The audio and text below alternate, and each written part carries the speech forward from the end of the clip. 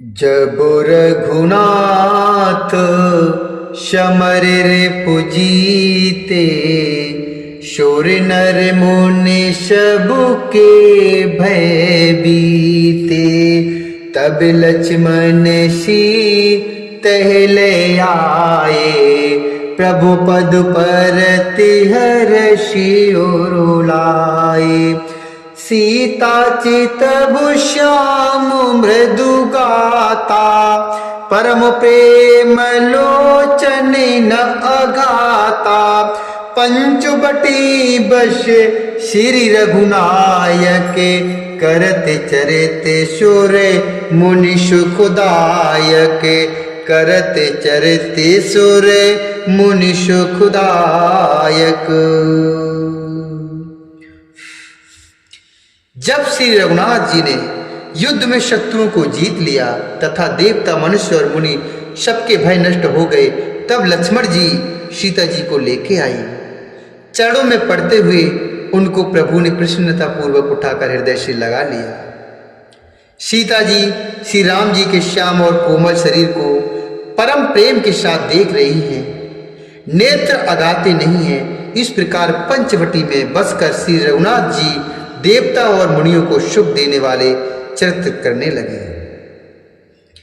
धुआं देख खर दूषण केरा, जाय सुपन खा रावण प्रेरा। बोली बचन क्रोध कर भारी, देश कोशिकै सुरतु बिसारी। कर सिपान शो वस दिनु राती, शुद्ध नहीं तब सिर पर आराती। राजनीति बिनु धन बिनु धरुमा, हरि है समर पे बिनु सत करो माँ। विद्या बिनु विवेक उपजाई, श्रम फल पड़े किए अरुपाए। समझत जति कुमंत्र तिराजा, मानित ज्ञानो पानित लाजा। मानित ज्ञान पानित लाजा।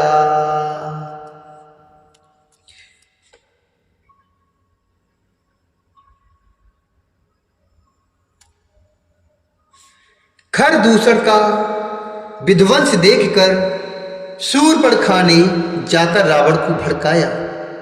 वह बड़ा क्रोध करके वचन बोली, तूने देश और खजाने की शुद्ध ही भुला दी। शराब पी लेता है और दिन रात पड़ा सोता रहता है। तुझे खबर नहीं है कि शत्रु तेरे सर पर नाच रहे हैं, तेरे सर पर खड़े हैं। नीति के बिना, राज्य और धर्म के बिना धन प्राप्त करने से, भगवान को समर्पण किए बिना उत्तम कर्म करने से और विवेक उत्पन्न किए बिना विद्या पढ़ने से परिणाम में श्रम ही हाथ लगता है। विषयों के संग से सन्यासी, बुरी सलाह से राजा, मान से ज्ञान और मदिरापान से लज्जा। नम्रता के बिना प्रीति प्रणय, बिनु मद ते गुनी, ना सही बेग नीति ऐसी सुनी। नम्रता के बिना अर्थात नम्रता न होने से प्रीति और मद अर्थात अहंकार से गुणवान शीघ्र ही नष्ट हो जाते हैं। इस प्रकार नीति मैंने सुनी है। रिपुरुज पावक पाप प्रभु, अहि गनीय न छोट करे। अस कही विविध बिलाप कर, लागी रोदन करन। लागी रोदन करन। शत्रु, रोग, अग्नि, पाप, स्वामी और सर्प को छोटा करके नहीं समझना चाहिए। ऐसा कहकर शूर्पणखा अनेक प्रकार से विलाप करने और रोने लगे। अर्थात शत्रु, रोग, अग्नि, पाप, स्वामी और सर्प को कभी छोटा करके नहीं समझना चाहिए। ऐसा कहकर शूर्पणखा अनेक प्रकार से विलाप करके रोने लगी।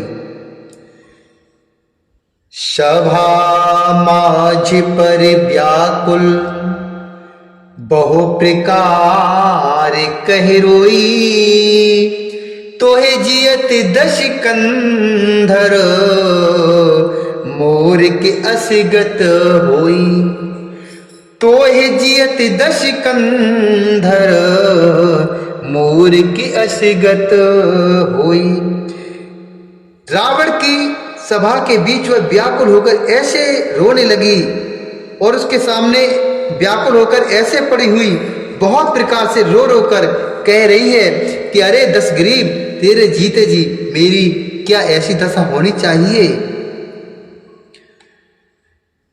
सुनते सभासद उठे अकुलाई, सुनते सभासद उठे अकुलाई, समुझाई गहे बाहें उठाई, कह लंकेश कह से निज बाता, के तब नासा कान निपाता, के तब नासा कान निपाता। अवध नृपतु दशरथ के जाए, अवध नृपति दशरथ के जाए, पुरुष सिंह बनु खेलन आए, समुझ परी मोय उनके करनी, रहित निसाचर करही किधरनी, रहित निसाचर करही किधरनी। शूर्पणखा के वचन सुनते ही सभासद अकड़ा उठे।